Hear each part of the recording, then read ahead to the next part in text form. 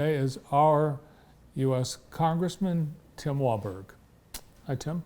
Bart, good to be with you. Welcome back. Always good to be back. Always good to be back in Jackson. Tomorrow, it's election day, primary election, and you're running. You're not running as a fifth district Seventh district. Anyway. It's the new fifth district. Fifth district. So I've lost two counties, Washtenaw County and Eaton County, and I picked up parts of Kalamazoo County from 4 townships in Vicksburg and Schoolcraft, and picked up Calhoun County again minus Battle Creek. I had that the last time I represented them, and then we get St. Joe, Cass, and Berrien County, most of Berrien County.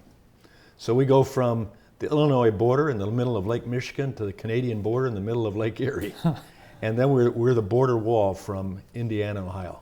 So there are people in St. Joe, Cass and Berrien counties, there in Kalamazoo and Calhoun. You're going to be a new face. New face. Calhoun, a lot of them know me because I represented them for 4 years, first 2 terms in Congress. But no, the rest are new at that far west side of the state. And, now, tomorrow, two Republicans on the ballot. You and Sherry O'Donnell. We've reached out to Sherry O'Donnell, but we haven't heard. So tomorrow, but you're favored as the incumbent. Well, I would hope so. We're doing our best. We take nothing for granted. You know, having run through a number of campaigns and been targeted generally by the Democrats, I'm not all that used to a primary, though I've had a couple tough primaries. But that was several years ago. So this is somewhat new, and we're not taking it for granted. As I started out in the new district, the 5th district, I said, listen, I'm not the incumbent. This is a brand new district. So it's really an open seat until I prove to you that I'm worth being elected. I think we've done that, but we'll see tomorrow. Well, last Tuesday, former President Trump broke his long silence on any Michigan endorsements.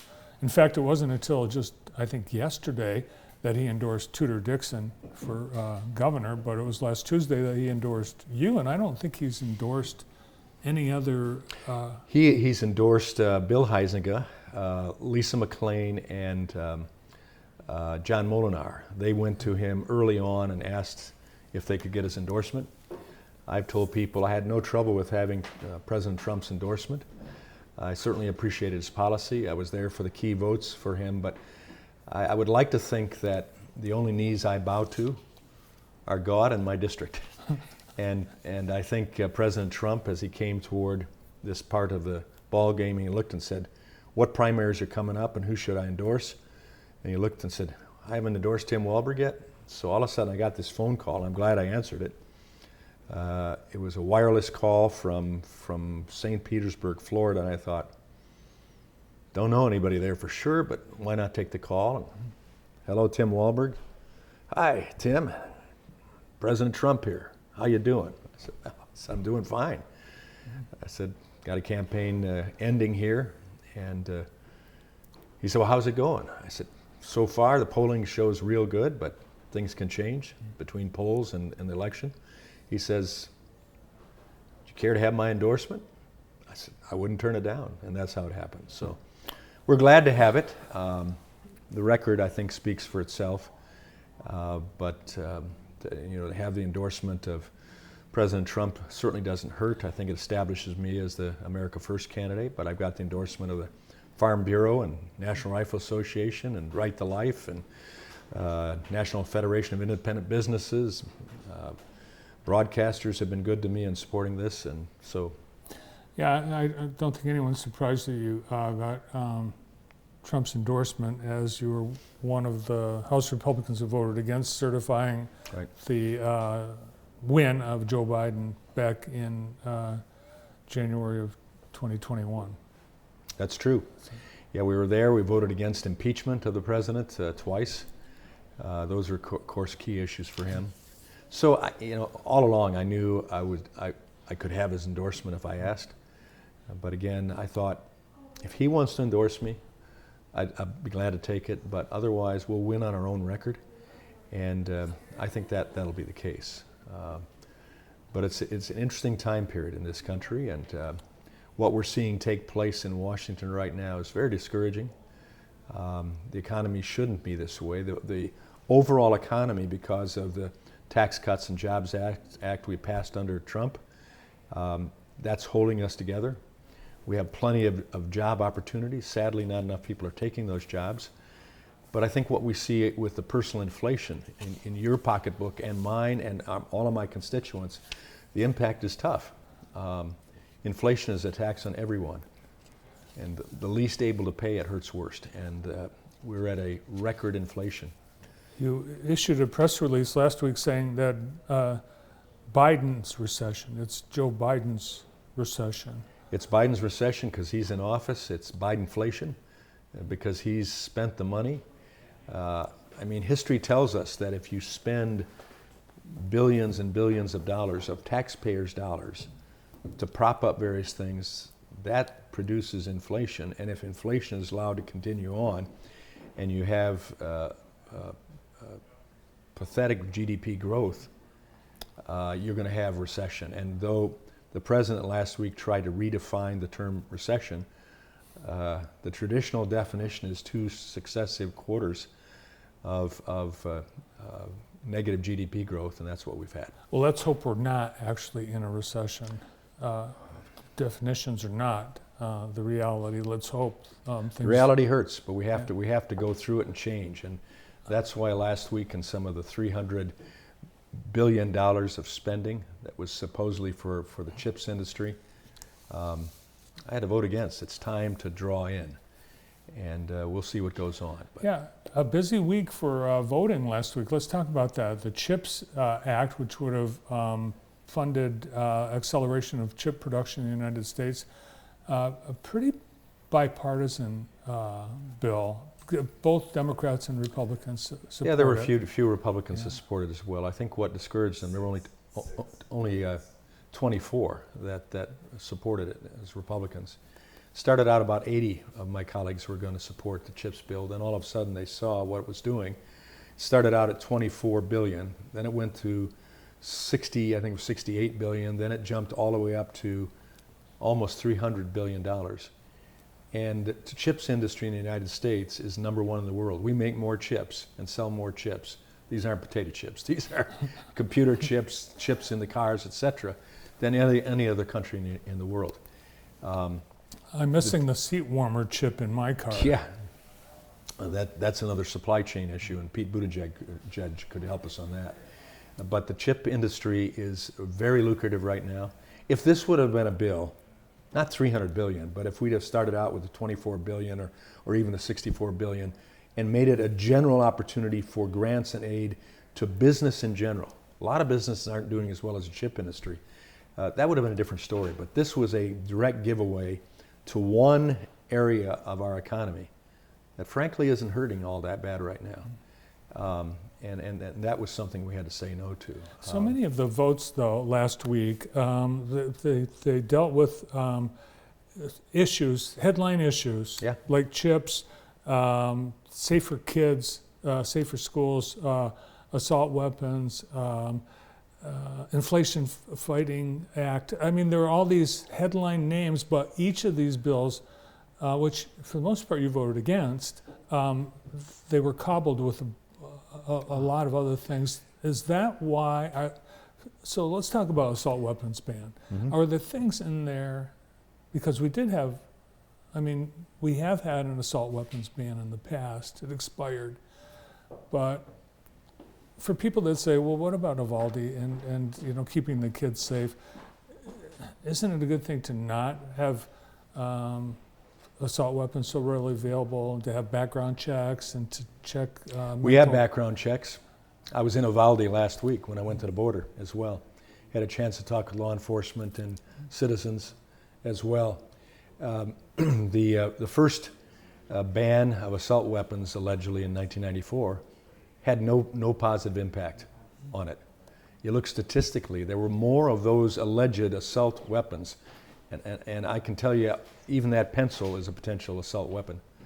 We've been trained in Congress for our staff and others to have weapon capabilities that are, including pencils, if necessary, to protect ourselves. So anything can be an assault weapon. But an AR-15 is a semi-automatic rifle. That's the poster child. That's the poster child because it's black, it has a hand grip on it, it has a magazine capacity. But my .30-06 hunting rifle would put a bigger hole in you and do more damage than the .223 coming out of an AR-15, for instance. But they can throw this out, and the Democrats see their opportunity to keep the majority melting down because of bad policy that the majority of my constituents are concerned with. Inflation and gas prices, that's the number one concern. Number three is the border. The assault weapons and all that come way down on the list. And yet they know that if they put this out, maybe they can get some of their voters to get excited about the elections coming up. Roe v. Wade, that issue will provide some excitement to their voters, but they wanted more. So Nancy last week passed a number of bills that will probably go nowhere in the Senate, but she can have her House members go back and say, I have passed assault weapons ban, I want to protect your kids. When in fact, if they went to the border, if they went to Uvalde, they'd hear a different story about what went on. If they look at the statistics of the murder and mayhem that's taking place, you would have to look at vehicles, cars that have been driven into large groups of people at a parade, for instance. Let's talk about Uvalde and the border, because you were at the U.S. Texas or U.S. Mexican border. Eagle Pass, Texas. Uvalde yeah. is like it's right there. It's 80 miles up from Eagle Pass. So what did you find? What I saw was very different than when I was in McAllen 2.5 years ago. When we had the border under control, there were spaces that had just a few months prior held 3,500 illegals who were waiting for their trip back to Mexico under the Wait in Mexico policy. And there was only one Honduran sitting in that room where 3,500 had been just a few weeks prior. The wall was being built. It was finished in many areas. That wall is still laying on the ground that wasn't finished, what I saw this past weekend. You had the ability for Customs and Border Patrol to get out again and do what they've been trained to do, interdiction, to protect our border, to encourage people to go through the legal process. Trump had put more magistrates at the border crossings so we could do the hearings and get them through faster, or send them back if they were not meeting the requirements to get into America. They've done away with a number of those magistrates, so there are less magistrates. It's extended the border. It's given the people more reason to cross illegally. At Eagle Pass, while we were there doing a press conference, there were 6 people swimming under the bridge where we're at, trying to get across, knowing that if they made it halfway across, then Customs and Border would pick them up on a boat, have to keep them, and go through the whole process. I saw weapons, you talk about assault rifles, I saw an AR-15 split in several bundles of materials coming across the border, trying to be brought in, or in this case, brought out to Mexico to hurt Mexicans. Split up, and our Customs and Border people have to go through all of that stuff to try to find it. Drugs have expanded, but now, as of last week when we were there, $13 billion to human traffickers for trafficking humans in the United States.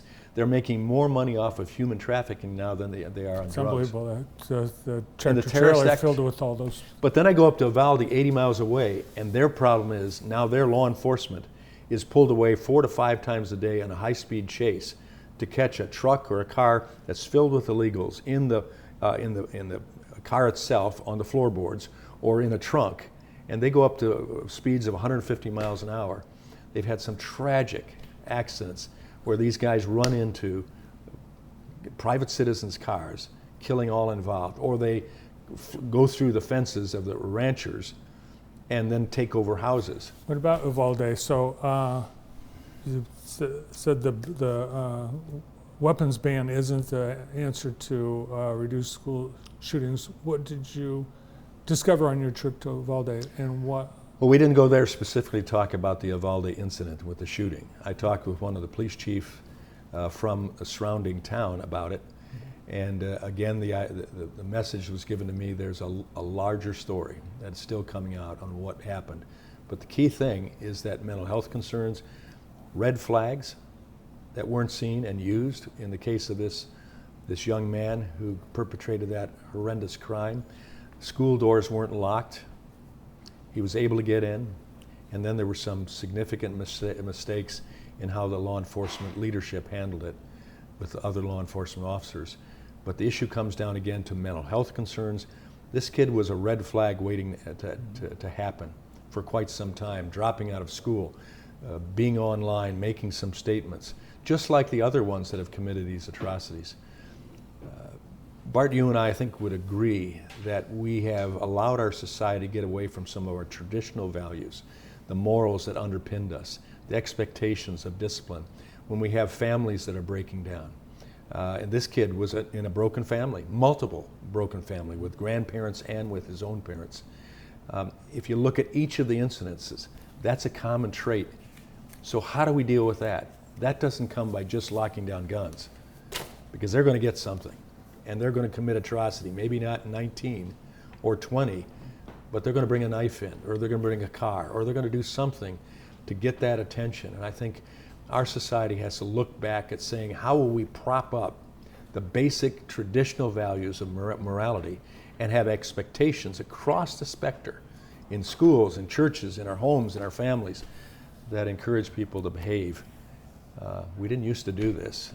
And here in Jackson County, I'm sure that we had plenty of guns in days gone by, and we didn't have threats like we see today.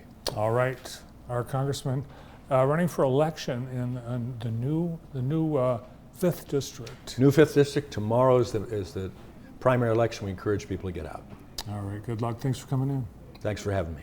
Our U.S. Congressman, Tim Walberg.